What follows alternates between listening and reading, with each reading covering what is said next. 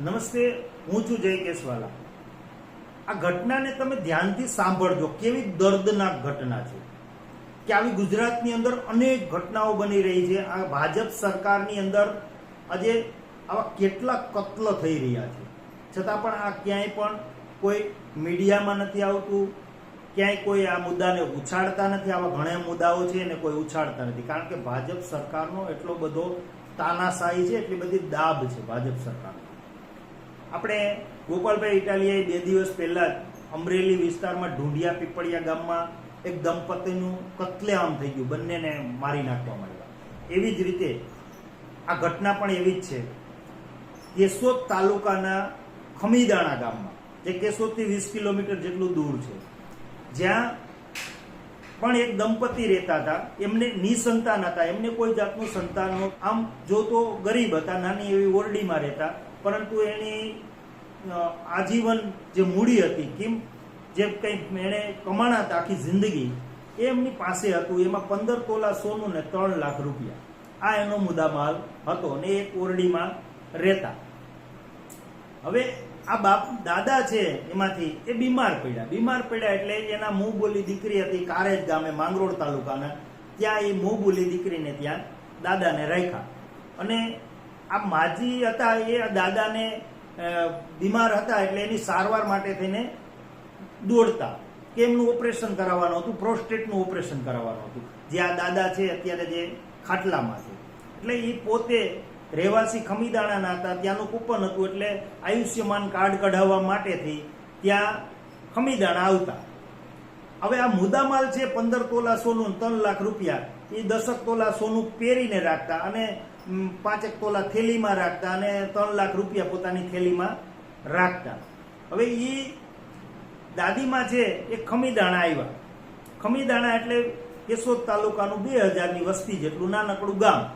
હવે આ ગામની અંદર આમ જો તો બહુ સારું ગામ છે, અને એ માજી છે ત્યાં સરકારી દવાખાને થઈ આમ દાદાનું કાર્ડ કઢાવવા માટે થઈ અને આવ્યા. હવે ધોરે દિવસે સરેઆમ એ માજી દવાખાને હતા ત્યાં સુધી લોકોએ જોયેલા. પછી દવાખાનેથી નીકળ્યા પછી એ માજી ગુમ થઈ ગયા. એટલે આ એની ગુમ થયાની પહેલી અરજી છે. જો આ પહેલી અરજી છે. પછી એ અરજીને 15-20 દિવસ પછી જે ગુમ થયાની ફરિયાદ કેશોદ પોલીસ સ્ટેશનમાં લખાણ.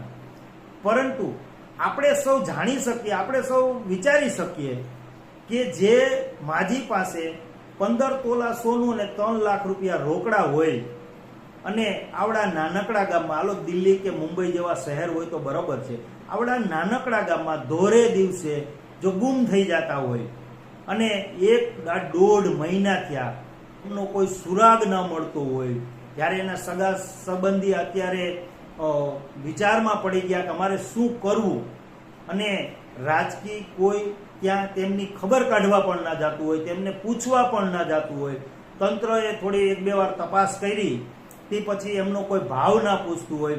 આજે અમે એ નાથાભાઈ એમના ભત્રીજા છે, ફરિયાદી છે, એમણે એસપી સાહેબને અને કલેક્ટર સાહેબને આજ થોડા દિવસ ત્યાં રજૂઆત કરી, એમનો પણ કોઈ બીજો કોઈ જવાબ નથી આવ્યો. આવેદન દો તો એ પણ આવેદન હોય કે આવી અરજીઓ હોય, એ તો ઓફિસના લોકો એની પર દાડિયાને તમે વયા જાઓ એટલે દાડિયાને સિંગ ખાય, એમાં બીજું કંઈ થતું નથી.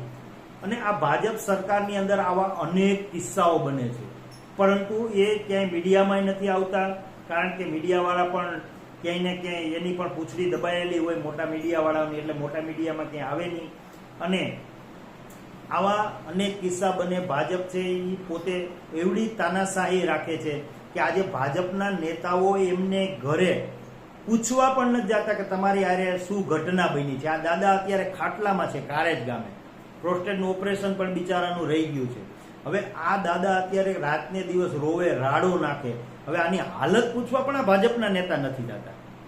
આ કોળી સમાજમાંથી આ કિસ્સો બનેલો છે, અને કોળી સમાજના જ ધારાસભ્ય છે, કોળી સમાજના જ આખા વિસ્તારમાં નેતા છે, છતાં પણ કોઈ પણ, હું પણ એક કોળી છું એટલા માટે તે મને થોડુંક થયું એટલે હું ત્યાં એમને જે કંઈ ઘટના બની છે સ્થળ ઉપર અને દાદાને મળવા ગયો હતો 15 દિવસ પહેલા. ત્યારે પણ મેં વિડીયો રિલીઝ કર્યો હતો, અને આ ફરી વખત અમે કલેક્ટરને અને એસપી સાહેબને ફરીથી એક વિનંતી કરી, અરજી કરી કે ભાઈ આની તપાસ કંઈક કડક તપાસ કરાવો, કઈ અલગ એજન્સીને આપો, સીઆઈડીને કે એલસીબીને, કોઈ એસઓજીને, એવી કોઈ એજન્સીને આપી અને આ ખરેખર આની તપાસ કરાવો છે. આ ખરેખર ગુમ નથી થયા ભાઈ. આ છે કોઈ 18 વર્ષની દીકરી નથી કે ગુમ થઈ જાય.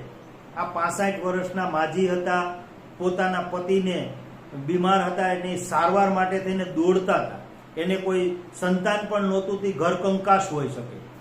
હવે આપણે સ્પષ્ટ જોઈ શકે છે કે 15 લાખનો જેની પાસે મુદ્દામાલ હોય અને ધોરે દિવસે ગુમ થયા હોય તો કાં એની હત્યા, લૂંટ માટે થઈને હત્યા થઈ હોય તો આની લૂંટ માટે થઈ હત્યા થઈ એવી ફરિયાદ કરી અને આની તપાસ કરવી જોઈએ, તો આનો કંઈક સુરાગ મળે અને એમના સગા સંબંધી છે એ કંઈક એની પાછળ વિધિ કંઈક કરી શકે. એટલે અહીંના નેતાઓને તો જો કે કંઈ પડી નથી. સમાજ પણ ભાજપની અંદર ભગવો પહેરેલો છે સમાજના આગેવાનોનો, એટલે એ પણ કંઈ ત્યાં કોઈ ખબર કાઢવા કે એમને પૂછવા કંઈ જઈ શકતો નથી. કારણ કે ત્યાં જાય તો ભાજપ ઉપર સવાલ ઊભા થાય અને સવાલ ભાજપ ઉપર ઊભા થાય તો સમાજ ગોયરો, સમાજ એને કાંઈ લેવા દેવા નમરે, કારણ કે ભાજપને કંઈ દાગ લાગવો ના જોઈએ. એટલા માટે થઈને સમાજના આગેવાનો પણ કહ્યું કે જાતા નથી. પણ હું સમાજને પણ, જે આમ સમાજ છે એને એક નમ્ર વિનંતી કરું કે આપણા સમાજની જે માજી છે, આજે માજી ઉપર ઘટના બની, આજે તમામ સમાજને પણ હું કહેવા માંગુ છું કે આવી ઘટનાઓ કોઈ પણ સમાજ ઉપર બની શકે, ગમે ત્યારે બની શકે. આજે આવી ઘટનાઓ અમરેલીની જોઈ અને આવી લોકોમાં એક ભયનો માહોલ ફેલાણો છે અને મારી સાથે, તમારી સાથે, સગા સંબંધી ગમે એની સાથે આવી ઘટના બની શકે છે, યાદ રાખજો.